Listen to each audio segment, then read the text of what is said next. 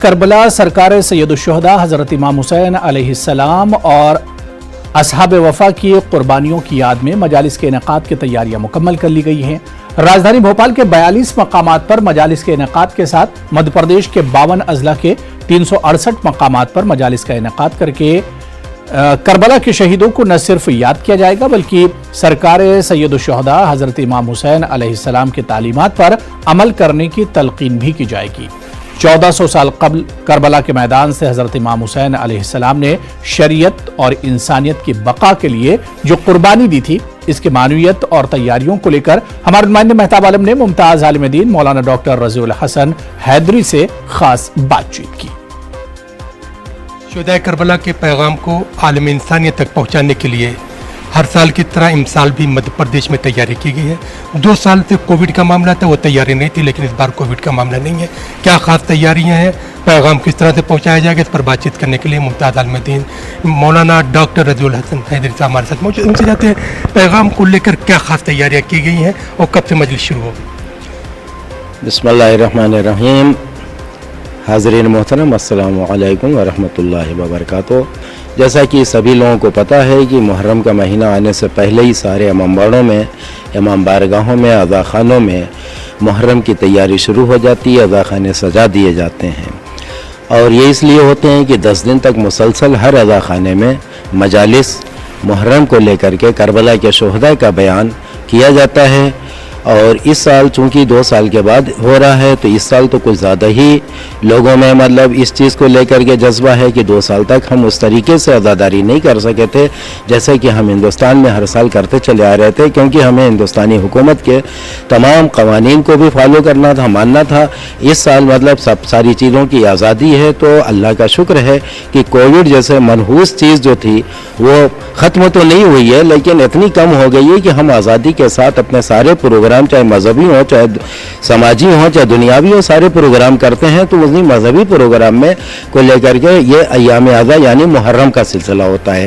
اس میں ہر عزا خانے میں 10 دن تک مسلسل بیان ہوتا ہے کربلا والوں کا، اور کربلا والوں میں سب سے پہلے نام جو آتا ہے، پوری دنیا کو یہ پتہ ہے کہ کربلا میں جو سب سے اہم شخصیت تھی، وہ شخصیت کا نام تھا امام حسین علیہ السلام۔ اور امام حسین علیہ السلام کے رشتے کے بارے میں اگر میں پہلے بتا دوں تاکہ لوگوں کو پتہ چل جائے کہ امام حسین کی شخصیت کون تھی، ان کا کس گھرانے سے، کس خاندان سے تعلق تھا، تو سب سے پہلے حضرت محمد مصطفیٰ صلی اللہ علیہ وآلہ وسلم کا میں نام لوں گا کہ یہ آپ کے نواسے تھے، حضور کے نواسے تھے آپ۔ اور حضرت علی علیہ السلام جن کو پوری دنیا جن سے واقف ہے، ان کے یہ چھوٹے بیٹے تھے۔ اور بی بی فاطمہ جو سرور حضور مرسل اعظم کی جو بیٹی تھیں، جناب فاطمہ زہرا سلام اللہ علیہ، ان کے لخت جگر تھے۔ ان کو کربلا کے میدان میں بلایا گیا تھا، اور آپ جو تھے وہ شریعت بچانے کے لیے، انسانیت بچانے کے لیے، اور عالم اسلام کو پیغام دینے کے لیے، محبت کا پیغام دینے کے لیے، نفرتوں کو مٹانے کے لیے، ایک دوسرے کی جو عداوت ہوتی ہے، جو فتنہ ہے، فساد ہے، جو خرافات ہے، ان تمام چیزوں کو مٹانے کے لیے صرف محبت کا پیغام اور انسانیت کا پیغام دینے کے لیے آپ کربلا میں گئے تھے۔ شریعت کو بھی بچایا اور محبت کو بھی بچایا۔ آپ نے کہا شریعت کو بھی بچایا، محبت کو بھی بچایا۔ اب سوال یہ کہ ہندوستان کی سرزمین سے کربلا والوں کا رشتہ کیا ہے؟ کربلا والوں کا رشتہ جو ہے ہندوستان سے ہے، یہ بھی ایک قدیم ہے، کیونکہ امام حسین علیہ السلام نے کربلا کے میدان میں جب 71 قربانیاں دے دیں، آپ کے چاہنے والوں نے، سب کے لاشیں آپ نے اٹھائے، اس کے باوجود بھی آپ نے یہ کہا یزیدیوں سے، مخالف جو فوج تھی، کہ مجھے میرا خون بہانے کے لیے کیوں تم لوگ تیار ہو؟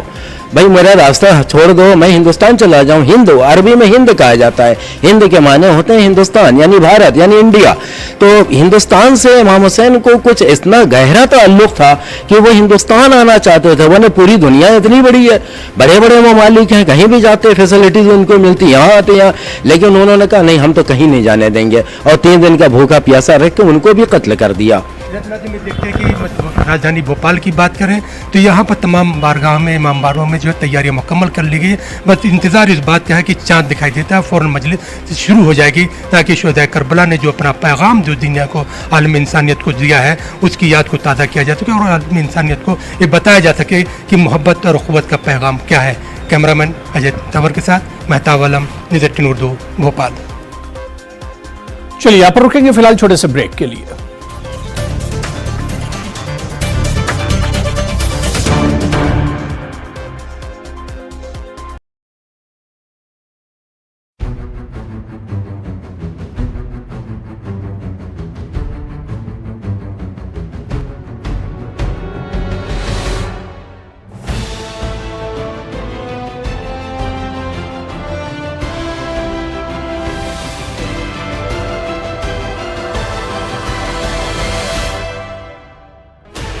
16 channels, 15 languages, 26 states, 1200 plus reporters, 66.9 crore viewers. India's largest news network, News 18 Network.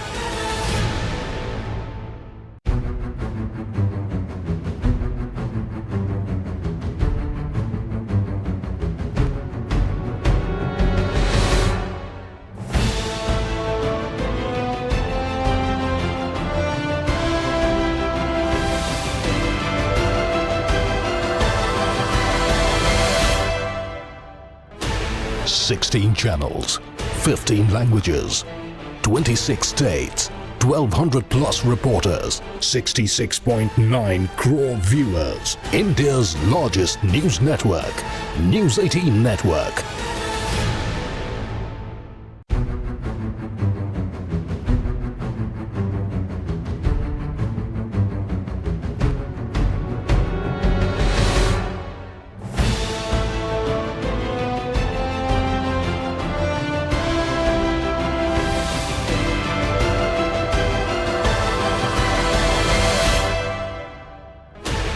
Sixteen channels, 15 languages, 26 states, 1200 plus reporters, 66.9 crore viewers. India's largest news network, News 18 Network.